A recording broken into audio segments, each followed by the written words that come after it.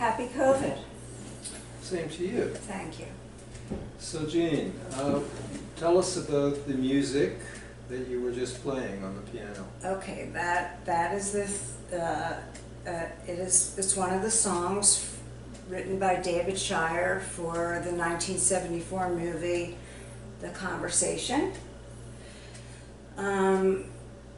Directed by Francis Ford Coppola, and I wrote a paper. I published a paper about 6 films about Techno-Schizoids, which I'll talk about later. And I put the link up on the previous video, and we'll put Oh, that's right. We'll put it up again on this one. Right. So I'll be explaining that a little bit more. Yeah, I mean, Francis Ford Coppola unconsciously informed all of us, the analysts, by writing, portraying the best, depicting the best portrayal of a schizoid personality ever, I think. So one of the really good things about your paper is that it's an instance where psychoanalytic thinking is informed by art, literature, in this case cinema.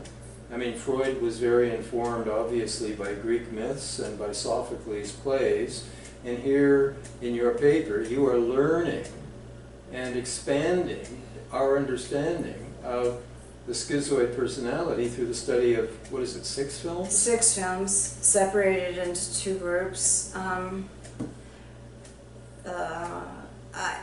I have to say that the only thing I brought to the movie, I did not come to it with hypothesis or a theory or anything. I found these movies in which technology is used by the main character as either a bridge to intimacy or an obstacle to intimacy, an obstacle that is very catastrophic. And the technology is introduced right at the beginning of these films, generally, well, right? that's, yeah, I mean, yes. As in The Conversation. One of the things that I learned about schizoid personality from all of these movies, through the unconscious of these directors who were not collaborating, that the first shot of the movie is on the machines that they use to spy on people. The sound, the buttons, the whirring, the cameras, the bugs that they put in the walls. So the first shot of the movie is not the main character unless the main character is machinery. And that is something these movies taught me. The main character for the techno-schizoid, what I call the techno-schizoid, is machinery. And it's always going to be there between this personality and the world. The second shot is the main character, and then the movies unfold from there. So in The Conversation, it's all sound and recording and... He was a surveillance expert who was hired to spy on a couple, a man and a woman, and they were cheating on her husband. The main character was hired by the husband to get sound while they're walking around a plaza in San Francisco, and he had to capture their conversation. That's the conversation. And because of his disorder, and then the breakdown, which I'll explain. Well, the film depicts his gradual breakdown. Right. Gene Hackman, we're talking about, who's playing the central character. Harry Call. And, right. So, yeah. In the opening of one of the other films, it's John Travolta with a camera and a sound. No, John Travolta in Blowout, which is a Brian De Palma movie filmed in Philadelphia, and he does sound for movies. So one of his hobbies is to go around at nighttime with his sound machinery and tape, you know, sounds of crickets and other things. And then a car comes zooming around Kelly Drive and goes right into the Schuylkill River, and that's when the beginning of his, where he has to step.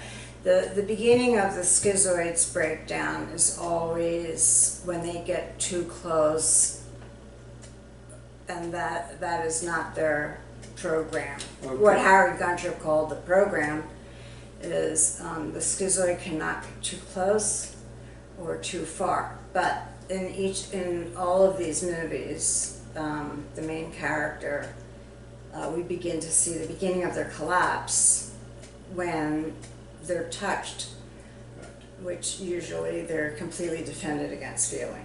Okay, so this is a good place. In the previous video that I did on schizoid, a review of the theory of the schizoid, I don't think that I made clear enough what the schizoid actually looks like in practical terms. So tell us something about that. Well, with that, I don't want to insult you. I don't. Right. Yes, I do.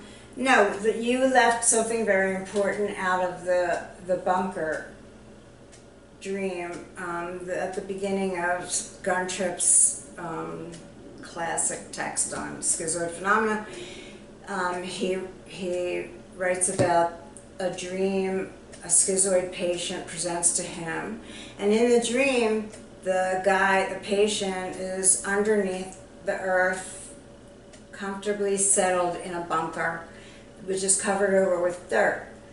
But in 3 places, there are machines sticking out of the dirt, a periscope, and 2 other things. I don't know what it was, but Guntrip interprets that as eyes, ears, something else. I don't go that far in interpreting.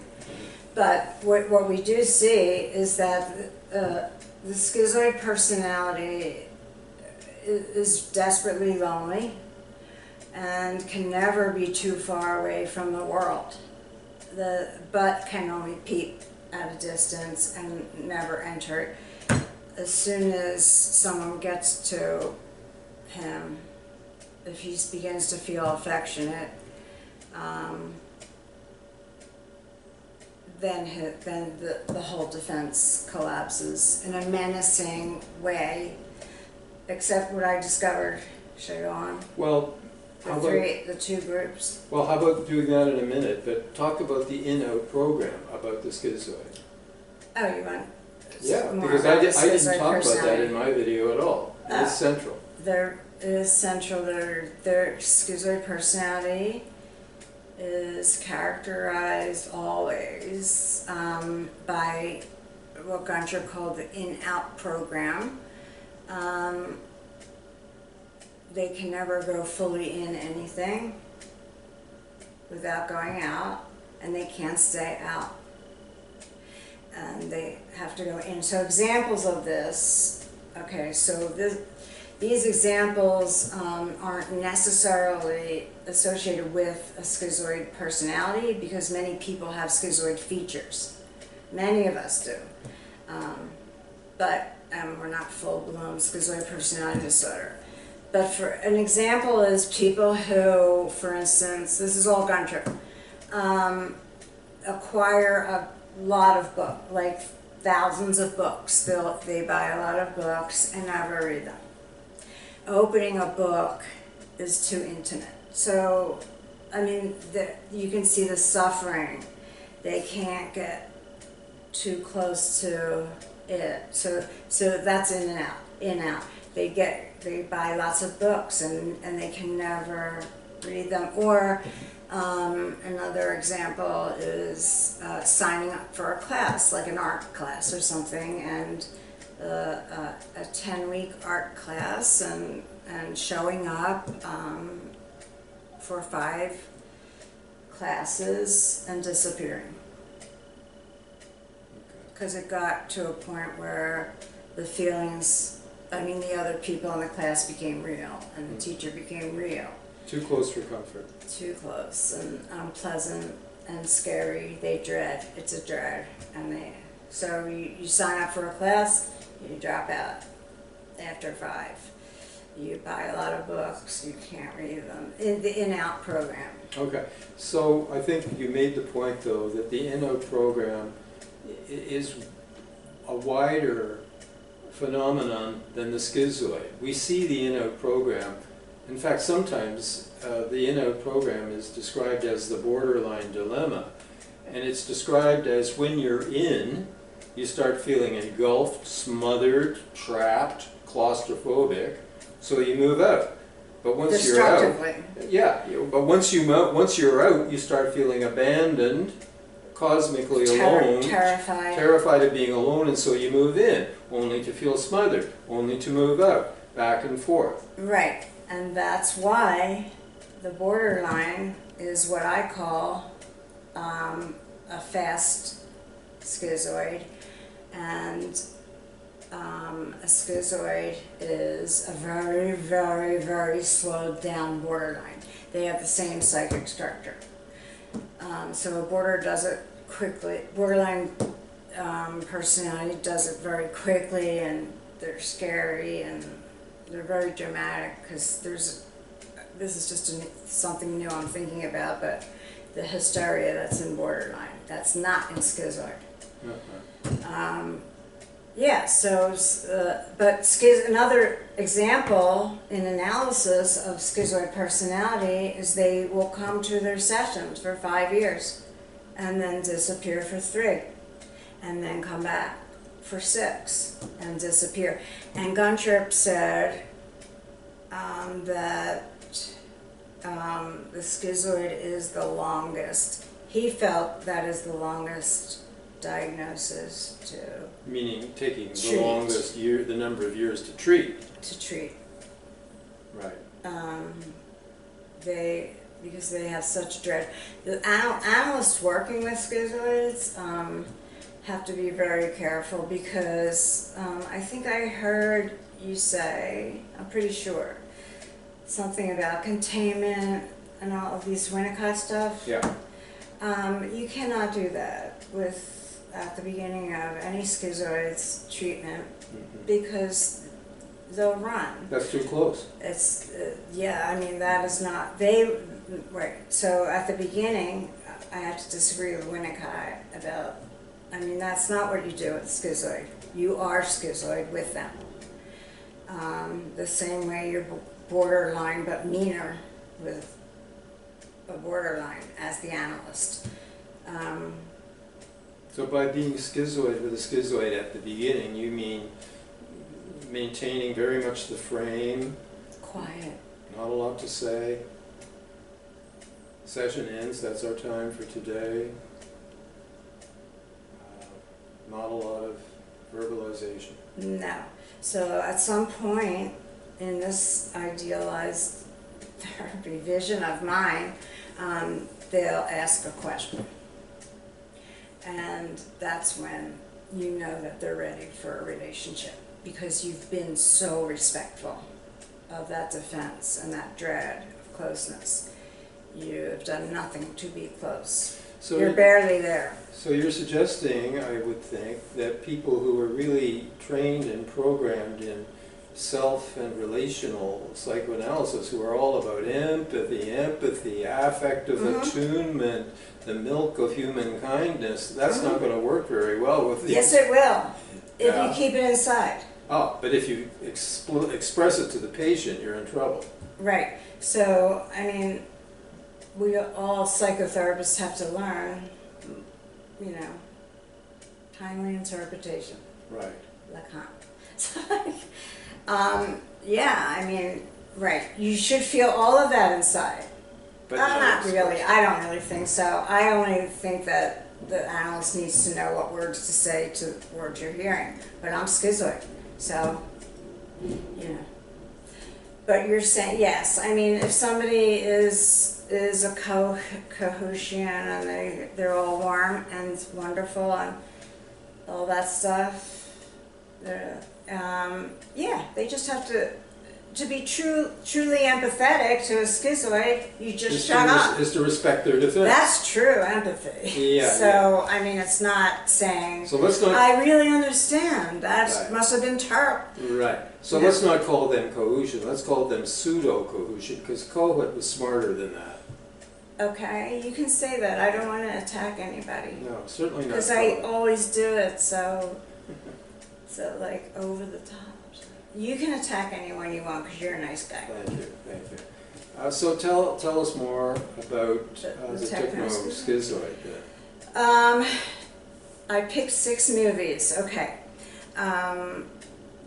3 of the movies, the main character is doing his spying work on a couple. Okay? Mm-hmm. In these 3 movies happens to be a male and a female couple. And in those 3 movies, there's a catastrophic, horrible opposite of what the character thought they were doing. They thought they were going to save someone who needed rescuing. And then in these movies, it turns out that the ones they felt needed rescuing were murderers and the bad guys. So that's the first group who are looking, where the schizoid is looking on at a couple and starts to feel some feeling for someone, and that A need begins, to rescue. a Someone need to needs to be rescued and that leads to his falling apart. because he has so much, why do I always forget? Internal saboteur. That will be impossible. He has that person has never grown to a place where he can, and has also been in retreat from the whole world. Right. I mean, these are people who never learn. I mean, if you want to rescue someone, you need to learn how, and they don't, and they have to do everything by themselves and get no help, and it leads to a catastrophe. By the way, I want to point out that at the end of all these movies, the 3 movies where the person is spying on a couple and disaster happens, they're safe at the end. They're totally safe. They're not harmed. They save themselves. Mm-hmm. The other people, there's murder and there's death in the people they were trying to rescue. So that, I mean, it seems to point to some revenge, hostility, or something going on where, I'm going to rescue my mother. But really, I'm not. I'm going to kill my mother. Okay, so That could be. The second category, group, the second category feels like the light turns on in a room, because those 3 movies were American Beauty, Sex, Lies, and Videotape, and The Wizard of Oz from 1939. So in those movies, the guy is spying on either one person or just everybody at random in the world from a safe distance. People walking down the street. So it's not a primal scene. It's not a primal scene, no. So, and what happens in those 3 movies is that, and the thing that heals and cures the schizoid is that the person they were spying on grabs the camera and turns it around on them and puts it on them. And that's what we do as analysts, I feel. So, at the right time. So all of these movies are building up to that. I mean, that doesn't come till the end. I mean, so there is this person who instinctively knows that you don't grab the camera until you've established a very safe container or whatever for this person. But then the way they're healed is the camera's turned on them, and there's just 2 of them, and Andy McDowell did that to James Spader in Sex, Lies, and Videotape. In The Wizard of Oz, Dorothy pulls back the screen where the wizard, the little cowardly wizard, is hiding behind his machinery, his huge projection of the scary, terrifying everybody. And she just pulls the curtain back where he's hiding, and she says, "You're a very bad man." And it was a cathartic moment in that movie, and he says, "You're right." He agreed with her. Mm-hmm. "You're right, my dear," or something like that. He was an old guy. So, and then in American Beauty, which is my favorite, these are two teenagers, and they live across an alley from each other, and he's filming her in her bedroom or something, whatever, and she sees him, and she just walks over to his house one day, knocks on the door, and I forgot the dialogue, but it was something like, "What the hell are you doing? You know, what do you think you're doing? Cut it out," like that. Mm-hmm. And he's startled. But anyway, they become friends. And then she's always in his bedroom. Their sex is like far down the road, because first he needs healing. And the way he's healed is through this transitional object, which is his great camera equipment. And they both play with it together.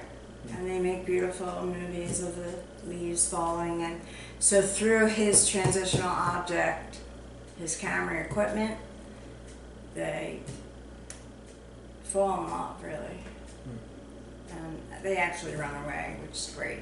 So that's the second type. So I would say that the first is more regressed. Right. Important Spine. For clinicians to know this distinction. Right.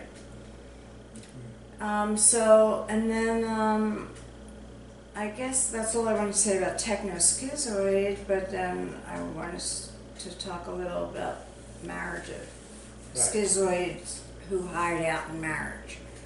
Because, I mean, I remember my training, and I left my training thinking, oh, they're loners, they're hermits, they live alone, they're hermetic, they have an insular, but that's not true. And I work with a lot of women who have schizoid personality. They dread closeness, and who they marry is not another schizoid. If two schizoids got married, they'd be divorced in a month. They'd both be terrified of each other. There's a lot of paranoia in schizoid features, phenomena. So there's just one who can peep. The schizoid peeps on her partner / husband, who is often an addict, for instance, who's hiding his drugs.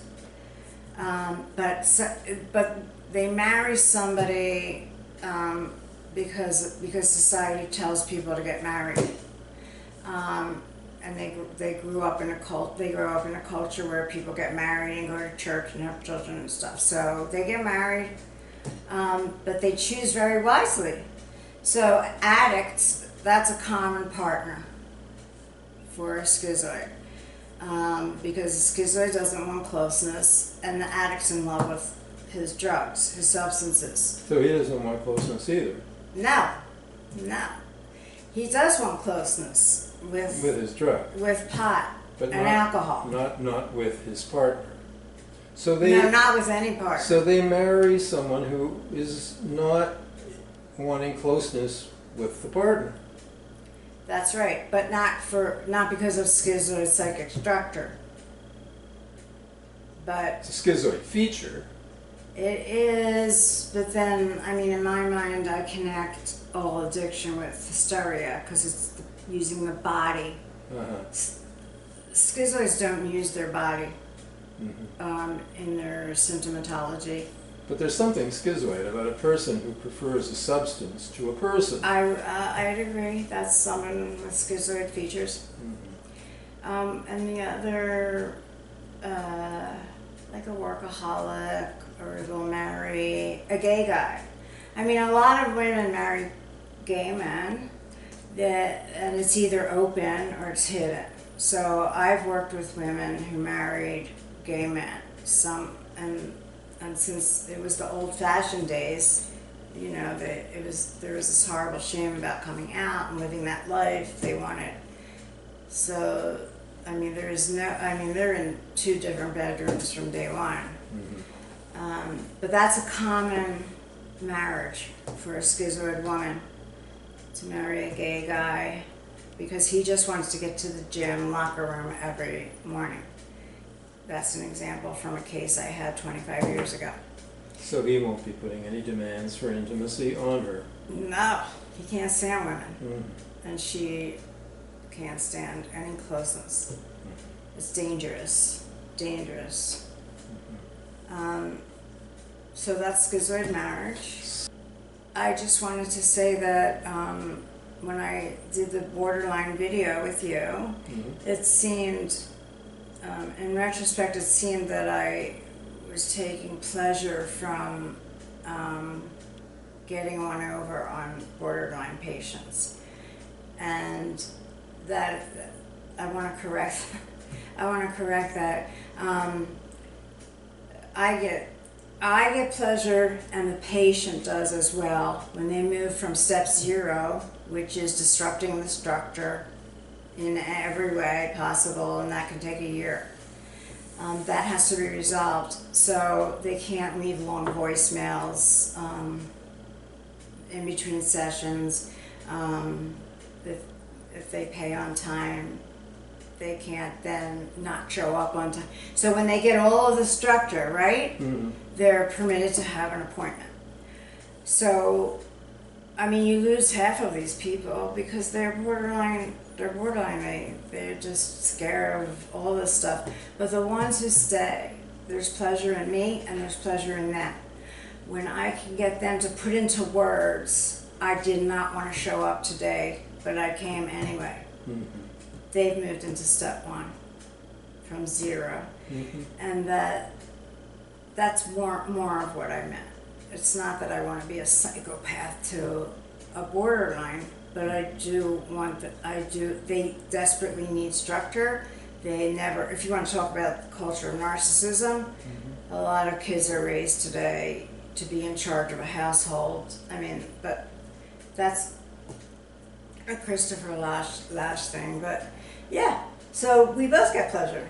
They're very happy. I mean, I'm surprised. Sometimes I get scared, like, oh my God, they're obeying the structure, they're following the structure now. They can really start their therapy.